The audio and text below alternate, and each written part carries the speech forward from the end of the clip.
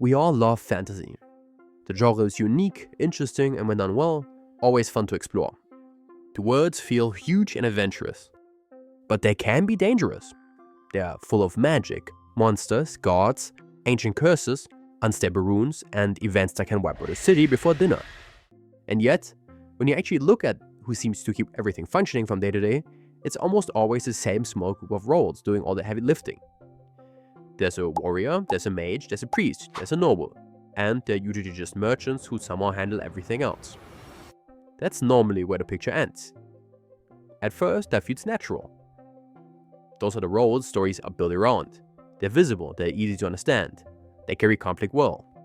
But the longer I sit with these words, the more something starts to feel off. Because places like this wouldn't just need heroes, they would need people whose entire job is dealing with what happens when the hero leaves or never even affected them. Because in many settings, most people wouldn't even interact with the protagonists. I think this is where a lot of fantasy leaves an abnormal amount of potential on the table. You don't need to reinvent the genre or deconstruct it to make it feel fresh. Sometimes all it takes is taking one overlooked part of the world seriously. That's why something like Delicious in Dungeon works so well.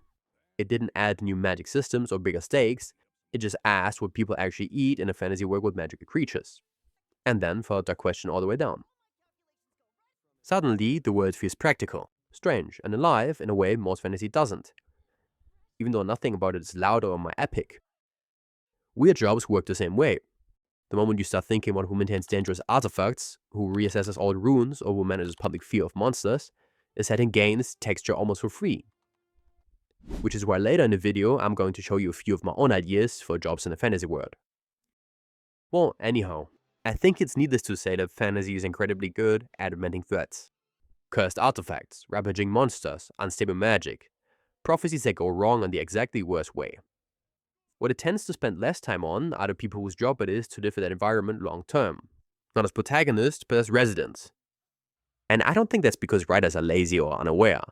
It feels more like a structural habit of the genre. Fantasy is usually framed around moments of change, not a societal system that absorbs those changes afterward. But when those background systems are missing, the world can start to feel strangely hollow, like it only switches on when a plot arrives. If you look at how complex societies usually function, most stability doesn't come from dramatic action, but from repetition, from routines that slowly reduce existing risk over time. From people whose success looks like nothing happening today or this week or even this year. Fantasy worlds actually imply a massive amount of that kind of labor, even when they never show it. There's a reason stories default to heroic jobs. They're narratively efficient. You immediately know what a knight does. You understand why a wizard matters. You know what power a king holds. Those roles scale cleanly with plot importance and emotional payoff. But once a world reaches a certain level of complexity, other kinds of work tend to appear alongside those roles. Work that isn't about singular acts of bravery, but about managing these risks at different scales. That's where these missing jobs come in. Think about what fantasy worlds casually include as background details. Regions where magic shapes biomes and ecosystems. Powerful or cursed artifacts that can be destroyed. Dangerous monsters that return every few decades. Gods that intervene without a warning. Ancient runes that periodically reactivate and spit off forbidden knowledge. Once those things exist not as one-offs, but as recurring features, it becomes hard to imagine a society surviving without developing roles focused on containment, assessment, and prevention. Not dramatic, heroic prevention, but more of an everyday, quiet prevention. The kind that only draws attention when it actually fails. A dragon attack is dramatic. It's cinematic, it's memorable. But the real work starts after the dragon leaves.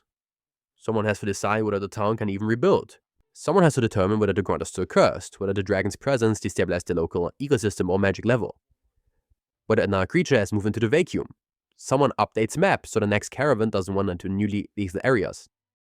Someone decides whether the region gets abandoned, fortified, or slowly resetted. None of that feels heroic in isolation, but taken together, it's the difference between a world that keeps functioning and one that collapses after every major event. You can see hints of this in modern fantasy, even when stories don't fully commit to it. In the Legends of Vox Machina, cities are shattered by magical conflict and dragon attacks, and the destruction feels real. But the narrative almost never shows who stabilizes the world afterward. The implication is there, but the labor remains off-screen. We do see a few governmental councils and local shops, but it doesn't show anything beyond that. House of the Dragon goes a step further. Dragons are treated less like mythical beings and more like strategic assets, for a good reason. You see dragon handlers, caretakers, and entire systems built around managing creatures that are too dangerous to leave unmanaged. The show never focuses those people, but their presence does suggest that someone, somewhere, has made dragon-related disasters part of a routine. And then there's Arcane, which is one of the rare fantasy-adjacent stories that actually treats infrastructure, labor, and unintended consequences as central. Power and new discoveries do more than just change the world, they strain it. Old systems break and change as a result. People are required to maintain and adapt them. When something goes wrong, it actually has a story-relevant effect instead of resetting for the next episode. The show made sure to show even smaller parts of society, which is something that made the show so intense and real. When stories acknowledge that kind of labor, the world feels heavier, more continuous, like it exists even when the camera isn't pointed at the main character. These kinds of jobs add depth in several important ways. First, they imply history. If a role exists, it suggests something went wrong often enough that society decided to formalize a response. Professions appear because improvisation failed repeatedly, and not because everything went perfectly. They also imply scale. Small communities solve problems informally. Large, complex societies invent niche labor. The stranger and more specific a job, the more it suggests that this one has been dealing with the same dangers for a long time. They imply cost. They quietly show that magic, monsters, and miracles come with ongoing expenses. Someone is paying for safety, whether through taxes, risk, time, or lives. That's why the stranger the job sounds, the more believable the selling often becomes. So that's why I believe it's worth slowing down and asking what kinds of roles fantasy worlds almost certainly need but rarely show. Take magical artifacts, for example. Fantasy worlds are overflowing with powerful objects. Swords that whisper lies and taint your mind. Rings that corrupt your personality. Crowns that trade power for your lifespan. What's striking isn't that these things exist, but how casually they're treated once the media plot use is over. Not every artifact should be used. In fact, most of them probably shouldn't. Some are unstable, some are too powerful, some solve one problem by creating 3 worse ones. Some are downright evil. Over time, a society surrounded by these objects would need people whose entire job is understanding them well enough to keep them out of circulation. Really custodians aren't adventurers guarding a vault for a week. They are archivists, risk managers, and long-term caretakers. They track provenance, monitor exposures, seed and reset containment sites, and quietly decide which knowledge never becomes public. Their success isn't measured in victories, but in the absence of disasters. I can see them even influencing a plot with failed containment or breaches in security that cause powerful or cursed artifacts to fall into the wrong hands. But if nothing happens, they have done their job. Dungeons tell a similar story. Fantasy often treats dungeons as permanent fixtures, as if danger feed is in place. But environments change, traps decay. Monsters die, migrate, or adapt. Magical systems stabilize, mutate, or collapse. Eventually, someone has to revisit places that used to be lethal and ask whether they still are. Dungeon lifecycle analysts study how these spaces evolve over decades. They look for patterns. Does danger spike every generation? Is the dungeon actively producing threats? Or is it just haunted by reputation? Once the analysis exists, dungeon reclassification officers step in. They update maps, adjust danger ratings, decide whether adventurers are still needed, or whether the space is now suitable for scavenging, research, or settlement. If a low-ranked dungeon causes multiple veteran adventurer parties to go missing, it should probably be reevaluated. Without that work, societies will either abandon vast amounts of usable land or keep sacrificing people through threats that no longer exist. Monsters introduce another potential job. Some creatures can realistically be exterminated. They're too numerous, too embedded in ecosystems, or simply too useful. In those cases, the main threat isn't always the monster itself. It's fear.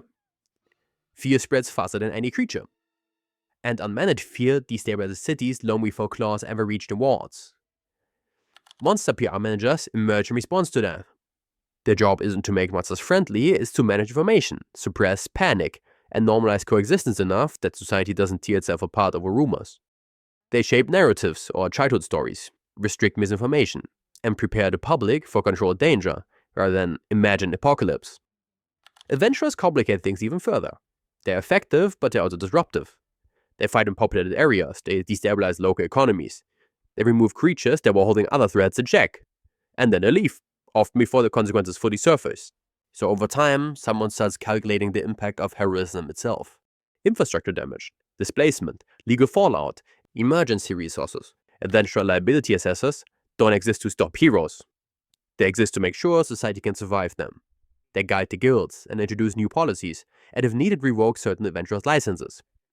This would probably build a path to introduce adventure insurances, depending on their assessment, but that might be a bit of a stretch. Prophecies create perhaps the most subtle form of labor. They're vague, symbolic, and dangerous when taken literally. Once prophecies circulate widely, interpretation itself becomes a risk factor. Prophecy editors emerge to contextualize language, manage dissemination, and prevent worst-case readings from triggering premature action. They reduce collateral damage, but they don't have anything to do with the prophecies themselves. They're just normal people that try to keep society from panicking about the upcoming apocalypse. Additionally, if prophecies exist, false positives exist too.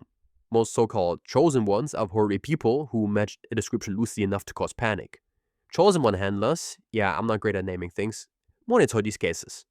They relocate individuals or shield them from attention until certainty exists. Not because they're special, but because the cost of being wrong is too high. In the opposite case, they also need to make sure these chosen ones don't fall into the wrong hands early on. Chosen ones are basically fate-induced nuclear weapons.